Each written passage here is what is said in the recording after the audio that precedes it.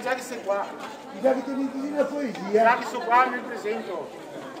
E ora mi sono il Vise Zorzi, baffo. E anche fino all'Aquile con gli anni che sono suo. Sono un nobilomo veneziano, sono suo qua nel 1700. A 20 anni per estrazione della Bala d'Oro sono entrato in Maggior Consiglio 5 anni prima del consueto, perché come sapete tutti i massi nobili di Venezia a 25 anni entrava nel Gran Consiglio a Palazzo Ducale. Mi ha vinti perché per estrazione casuale della Palla d'Oro sono entrato a 20 anni. Dopo ho ricoperto cariche politiche a Treviso come Castellano e un'altra a Modena. Ma siccome la politica non era mai tanto interessante, sono tornato a Venezia e sono sempre stato qua. Sono entrato a quarantina criminale e ho fatto tutta la mia carriera politica bassa, nella quarantina. A me non mi era mai piaciuta la politica di scheri. Mi era sempre piaciuto Amona e Ombre. E sono conosciuto come Giorgio Babbo, il poeta vernacolare, e ho scritto parecchi sonetti su Amona, sulle robe belle, eccetera, eccetera, e anche contro i frati e i preti che si erano corrotti qua a Venezia. Sì, si era corrotti. Solo che volta? Adesso non so perché non sono più presente. Purtroppo quando sono morto mi assisterà qua a San Maurizio. Questo qua è il Palazzo Bella Vite. Sono venuto a abitare qua gli ultimi 10 anni della mia vita, perché prima abitavo in campo Santo Stefano. Il Bella Vite era commerciante di grano e di olio. Mi sono stati 10 anni in affitto perché avevo mangiato tutti i schedi della mia famiglia. E con me si è estinto a stirpe del baffo. Già che sei qua, se vorrebbe tutto tre componimenti che lo si offenda, perché ai tempi miei non che c'era il femminismo, le donne, gli uomini, c'era tutta un'altra roba, quindi non si offendere, va bene? Va bene.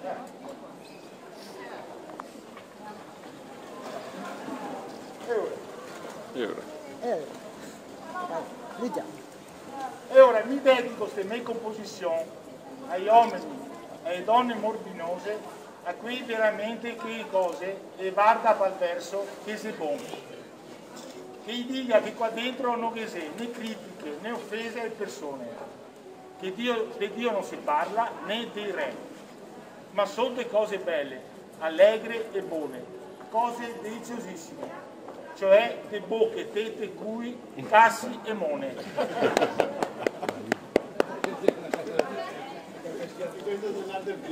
Questa è l'introduzione. Sei morto. Questa è per il Signore, in omaggio alle donne presenti.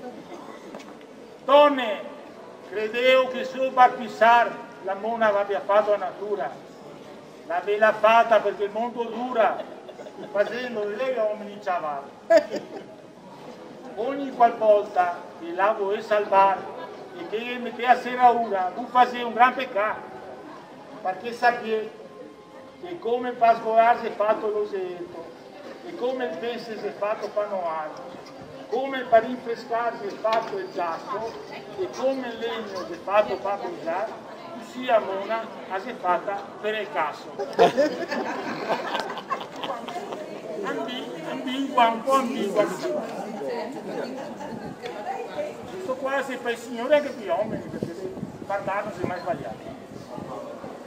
Un giorno, due donne ho visto insieme che si giocava e capire non poteva aversi giocato. Poi vedo che una c'era stesa in letto e che l'altra a Mona gli cava. Dai moti convulsi che la fava, vedeva che la sentiva un gran lieto. E dal muovere delle gambe e da come muoveva il culetto, capiva che ogni tanto la sforava. Fra donne e più non si poteva. Ma per far sì che il suo stato più felice, secondo me, lungo una quarta un cazzo che voleva. È proprio diretto sto signore. capito? Vabbè. Ho tenuto conto che hai 700.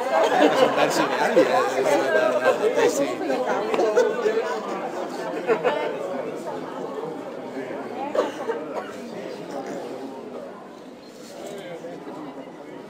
E per finire una molto leggera e dopo se saluteremo più, perché sto stupo sono stato fin adesso ha ridotto qua che aveva adesso a giocare a carte o casa nuova che ho perso 100 ducati, sono netto come una carogna. Allora